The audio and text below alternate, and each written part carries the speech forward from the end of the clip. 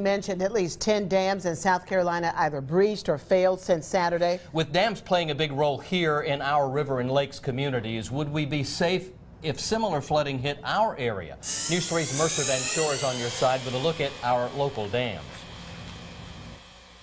According to Georgia Power officials, the last time that we saw some flooding along the Riverwalk was back in 2009. To properly prepare for flooding, they say you have to look upstream. West Point Lake is a man-made reservoir created in the 1970s by the Corps of Engineers to help with flooding and to also create hydro energy. Before the water trickles down to Columbus, it goes through here, the West Point Dam. Columbus relies on the Corps dams upstream to keep a delicate balance. There are 4 dams in the Columbus area, all run by Georgia Power. Because of the West Point Dam, Columbus has had fewer floods. We do have a system in place with West Point and the lakes that have been built where Columbus is not as vulnerable as it once was to flooding.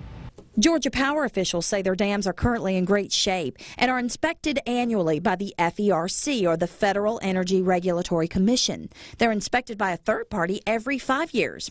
But when it comes to a weather event like the one in the Carolinas, Chief Meteorologist Bob Jeswald says not many dams can weather that kind of storm. This is something very isolated.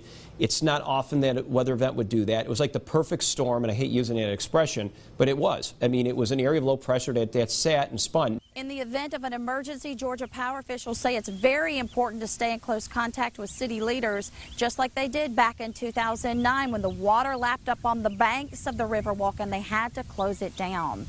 I'm reporting in Phoenix City, Mercer Van Shore, WRBL News 3.